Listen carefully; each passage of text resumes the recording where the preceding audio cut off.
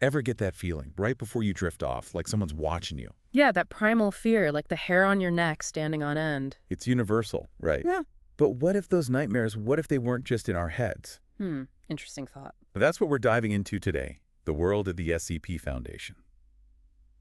And one seriously creepy anomaly, SCP-3060. They say knowledge is power, but sometimes knowing too much, well, it can be scary. And that's where the SCP Foundation comes in, right? Exactly. They're dedicated to containing the unexplainable, the things that could, well, unravel everything. Secure, contain, protect. You got it. Think of them as like a global organization, Yeah. always working in the shadows. Keeping the world safe from...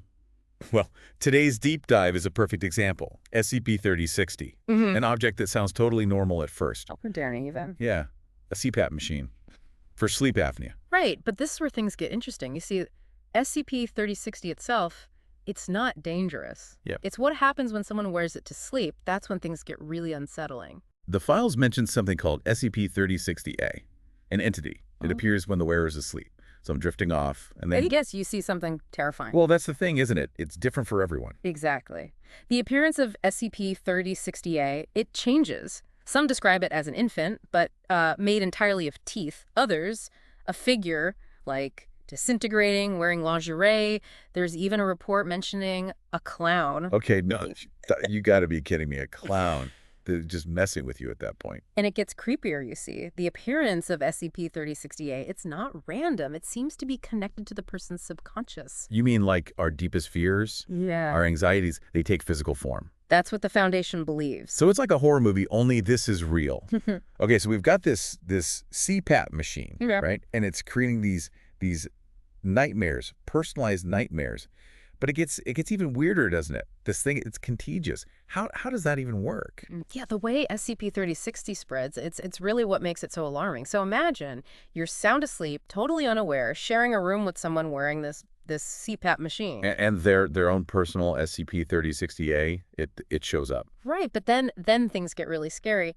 Anyone nearby, they experience this sudden total paralysis. You can't move, you can't speak, you're completely helpless. And then your own SCP-3060-A, it appears. The files mentioned something about test subjects, right? Yeah. Like how they figured this Yeah, out. the Foundation, they use D-class personnel for these kinds of experiments. Think of them as volunteers or, well, maybe a necessary sacrifice for the greater good. Right, yeah. Necessary sacrifices. So what they find? So there's this log, test 3060-03, and it details just how efficient this process is. They exposed multiple D-class, and the moment those SCP-3060-A instances appeared, it was like a switch flipped. Each subject, one by one, just instantly catatonic. But the entities, the creatures or whatever they are, Yeah. they didn't just stand there, did they? No, they didn't. The log describes one entity. It reached into a subject's skull. Another one, it forced a subject's eyes shut, and then it seemed to do the same thing. Oh God. It's like they're stealing something, and not just sleep. It's something much worse. Yeah, and the Foundation, they believe that even if you wake someone up during this catatonic state, it's already too late. The infection, it's taken hold. And that's when the long-term effects start, right? Yeah. I'm guessing it's a lot more than just, a couple of bad dreams. Oh, yeah. It's way worse than that. We're talking about a complete unraveling of the mind. People who are infected, they experience these vivid recurring nightmares. But the thing is, these nightmares, they start to bleed into their waking hours. It blurs the line between what's real and what's not. Hallucinations, constantly. Exactly. And it just keeps getting worse as the infection progresses. There's this one case, it's really sad, actually. Researcher Joanna Corbin, her case is documented in the interview logs. A researcher. So she was studying SCP-3060, and she got infected. Seems that way. There was a containment breach. She was accidentally exposed. And even though she understood the risks, how insidious this thing is, she wasn't immune. Her interview log it's really disturbing. What was so different about her case? It's the hallucinations she experienced. See, most infected people, they see things, feel things, sensory distortions. But researcher Corbin, she described something much more insidious, something that adds this whole other level of terror to this thing. So researcher Corbin, right? Yeah. She was the one where the hallucinations were different. Yeah, hers were disturbing, to say the least. The files mention a voice, like whispering to her. Constantly. Commenting on everything, her thoughts, even her movements. So not just, like, seeing things. This was something else. Totally different. And way more vivid.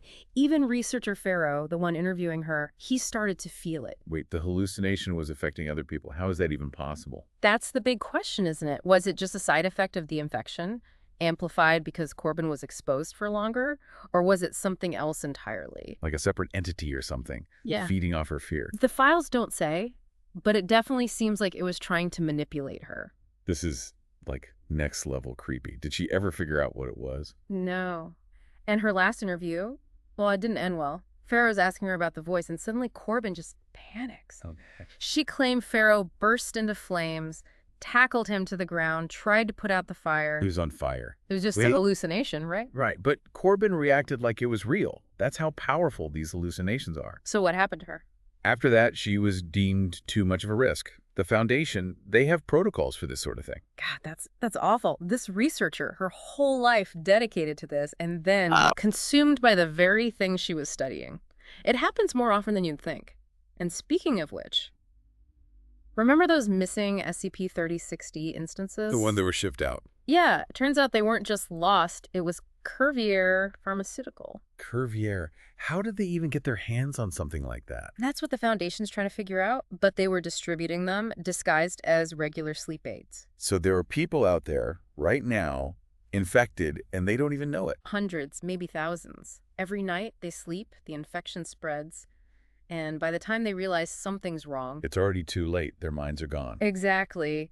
And that's the scary part, isn't it? What if SCP-3060, what if it's just the beginning? Like there's something else out there. Something worse, lurking in the shadows. Waiting for its chance.